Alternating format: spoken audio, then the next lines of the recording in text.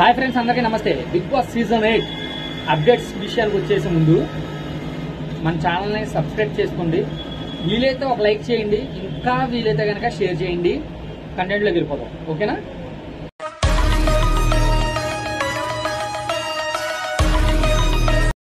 Big boss season 8లో మూడో రోజు.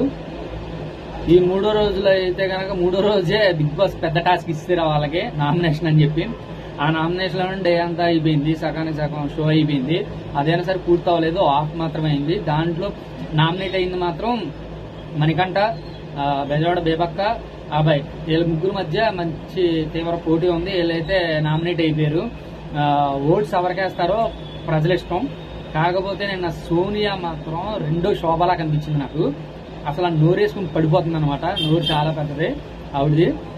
నోరేసుకుని పడిపోతుంది. అవతలకి మాట్లాడి డిఫెన్స్ చేసుకునే అవకాశం కూడా తనకు ఇవ్వట్లేదు. ఎనాఫ్ అంటే ఎనాఫ్ అంటుంది. అది ఎంతవరకు కరెక్టో ప్రజలే జడ్జ్ చేయాలి. అలాగే మణికంఠ కూడా మంచి ఫైట్ చేస్తున్నాడు. బేబక్ కూడా తన అందరికీ వంట చేసే ప్రక్రియలో తన యాంటీ అవ్వడం జరిగింది హౌస్ లో. ఎందుకంటే ఆ కుక్కర్ పాడైపోయింది. ఆ కుక్కర్ గురించి తనకి లోన్ ఏం జరుగుతుందో తెలియలేదు. మనిషికి ఎవరికైనా సహనం ఉంటది. దాన్ని పాయింట్ అవుట్ చేయడం జరిగింది సోనియా.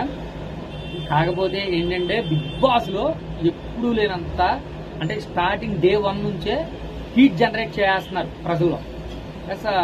ఇంకా ముందుకు వెళ్తే ఇంకెలా ఉంటుందో చూడాలి. చూద్దాం ముందు ఇంకేం జరుగుద్దో, ఓకేనా?